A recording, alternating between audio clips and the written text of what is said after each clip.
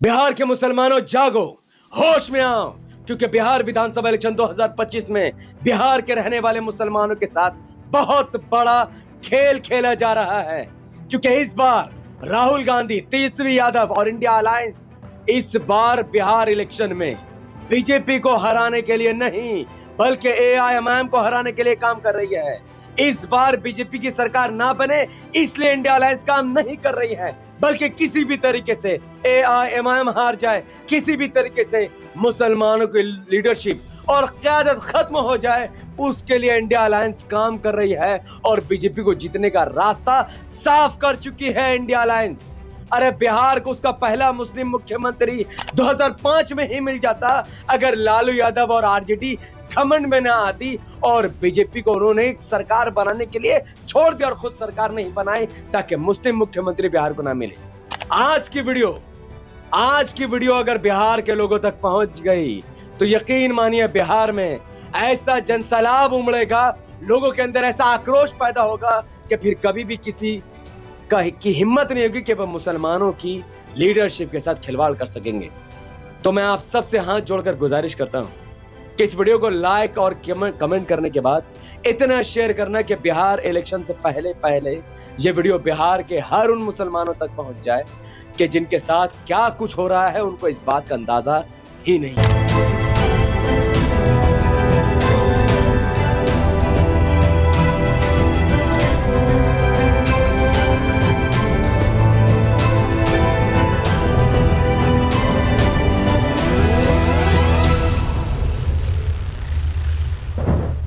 Video को अंत तक देखने से पहले अस्सलाम वालेकुम रहमतुल्लाहि व बरकातहू। अल्लाह के नाम से शुरू जो बड़ा मेहरबान और निहायत रहम करने वाला है।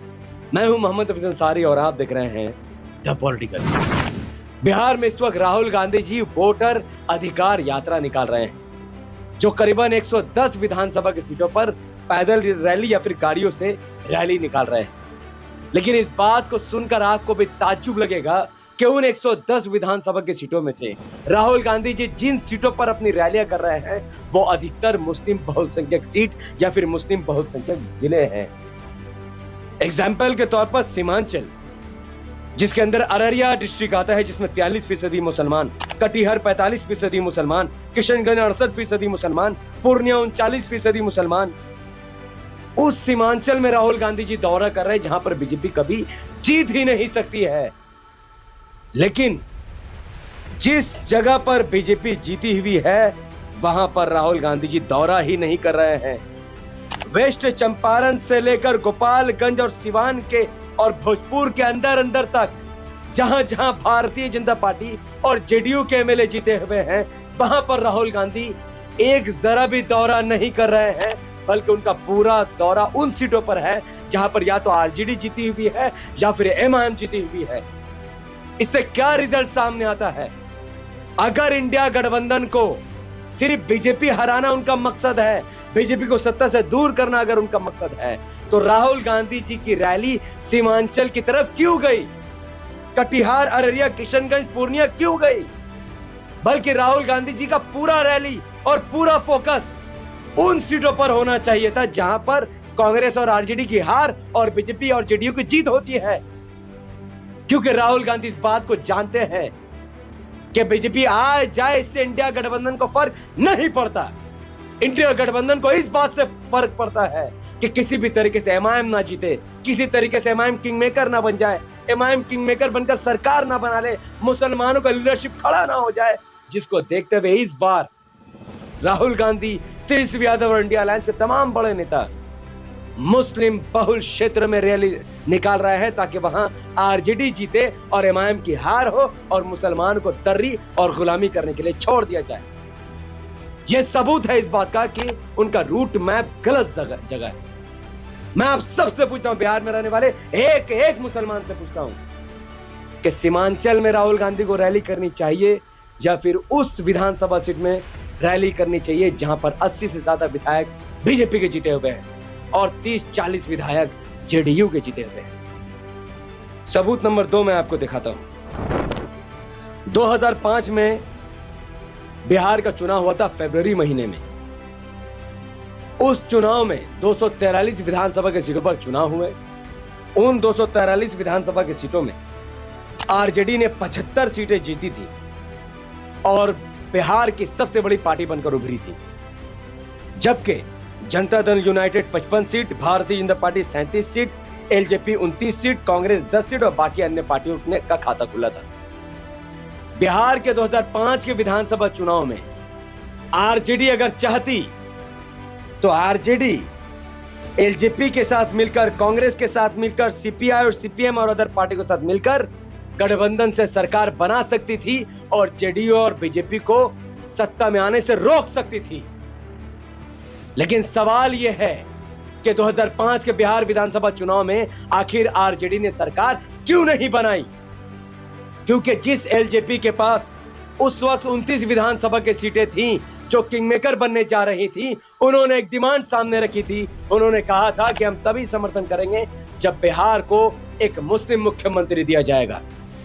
आरजेडी और कांग्रेस को यह बात इतनी बुरी लगी कि उन्होंने एलजेपी का समर्थन लेने से ही इनकार कर दिया और आखिरकार आरजेडी ने तमाम पार्टियों के साथ मिलकर सरकार बनाना जरूरी नहीं समझा और बीजेपी और जेडीयू के पास इतनी सीट नहीं थी कि वो सरकार बना ले, क्योंकि एलजेपी बीजेपी को समर्थन करने को तैयार नहीं थी।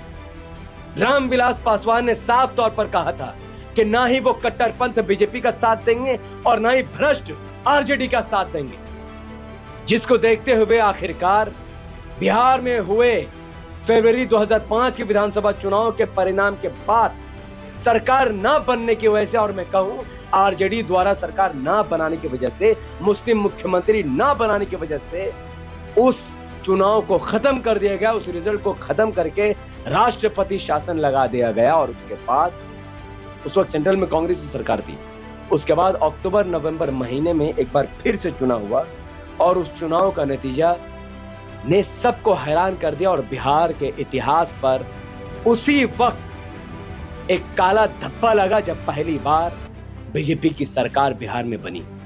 क्योंकि जैसे ही कुछ महीनों बाद अक्टूबर नवंबर में एक बार फिर से बिहार में एक साल के अंदर दूसरा विधानसभा के चुनाव हुए, तमाम 243 सीटों पर आरजेडी, जेडीयू, बीजेपी, एलजेपी ने जोर लगाया, कांग्रेस ने जोर लगाया और परिणाम क्या निकला? 243 विधानसभा की सीटों में जेडीयू 88 सीटें जीतकर बिहार की सबसे बड़ी पार्टी बनकर उभर गई और बीजेपी 55 सीट जीतकर बिहार की दूसरे नंबर की पार्टी बनी और जेडीयू और बीजेपी ने मिलकर बिहार में 2005 में अपनी सरकार बनाई और नीतीश कुमार ने सीएम पद का शपथ लिया और आरजेडी अपना घमंड का भुगतान करते हुए 54 सीटों पर सिमट गई, जिसने पहले 75 सीटें जीती थी। रामविलास पासवान एलजेपी की पार्टी 10 सीटों पर सिमट गई, इनकी भी सीटें कम हो गई। क्यों? अगर ये मुस्लिम मुख्यमंत्री बनाएंगे तो इनके समाज के लोग तो इनके साथ देंगे नहीं कभी। कांग्रेस जो 10 सीटें जीती थी वो 9 सीटों पर आ गई। लब्बो लबाब ये है कि बिहार में 2 चुनाव हुए। फरवरी वाले चुनाव में आरजेडी सरकार बना सकती थी, लेकिन मुस्लिम मुख्यमंत्री ना बने, इसलिए उन्होंने सरकार नहीं बनाई और दूसरी बार जब चुनाव हुआ तो बीजेपी और जेडीयू ने मिलकर सरकार बना ली। इसका पूरा जिम्मेदार, अकेला जिम्मेदार खुद आरजेडी और कांग्रेस है। और आज ये मुसलमानों से बात करते हैं कि हम आए हैं बीजेपी को हराने, आओ हमारा साथ दो। बिहार के मुसलमानों सुनो, इंडिया अलायंस बिहार में बीजेपी को नहीं हरा सकती। या तो बिहार में बीजेपी इस बार फिर से सरकार बनाएगी, जैसा महाराष्ट्र में उन्होंने सरकार बनाया, जैसा हरियाणा में उन्होंने सरकार बनाया, जैसा दिल्ली में उन्होंने सरकार बनाया। बहुमत से किसी की जरूरत नहीं पड़ी, माहौल कितना भी बीजेपी के खिलाफ था, पर उन्होंने सरकार बनाने में उन्होंने कामयाबी हासिल की और बिहार में भी यही होने जा रहा है। लेकिन सूत्रों से खबर है, जमीनी स्तर से खबर है कि बिहार के कुल 11 सीटें ऐसी है जहां पर एआईएमआईएम की तरफ हवा चल रही है और एआईएमआईएम 10 से 11 सीट जीतने में सक्षम है, जिसकी खबर राहुल गांधी को पड़ चुकी है, तेजस्वी यादव को पड़ चुकी है। इसलिए ये लोग हड़हड़ा कर हर रोज दिन रात सिर्फ और सिर्फ मुस्लिम बहुसंख्यक इलाके में रैली कर रहे हैं ताकि किसी तरीके से एमआईएम 10 से 11 सीट में जीत जाए, जबकि इनको परवाह ही नहीं है कि इनकी सरकार बनेगी या नहीं बनेगी। बिहार में कुल 243 विधानसभा की सीटें हैं। सरकार बनाने के लिए 122 सीटों की जरूरत पड़ती है। अब मान लीजिए जबकि बिहार में एनडीए 115 सीट जीते और इंडिया अलायंस 112 सीट जीते, एआईएमआईएम 10 से 11 सीट जीते, अदर पार्टियों 5 सीट जीते। तो यहाँ सरकार बनाने के लिए जब तक एमआईएम समर्थन नहीं करेगी तब तक सरकार नहीं बनेगा और एमआईएम कभी भी एनडीए का साथ नहीं देगी, बल्कि एआईएमआईएम किंग मेकर बनकर इंडिया अलायंस में शामिल होगी और इंडिया अलायंस की सरकार बनेगी। और ये चीज तेजस्वी यादव नहीं चाहते कि एमआईएम किंग मेकर बनकर उनकी सरकार बनवाए। राहुल गांधी नहीं चाहते कि एमआईएम किंग मेकर बनकर उनकी सरकार बनवाए, या फिर किसी मुसलमान को डिप्टी सीएम बनाने की मांग करते, या फिर मुख्यमंत्री की मांग करते। अब आप समझे बिहार में क्या खेल चल रहा है?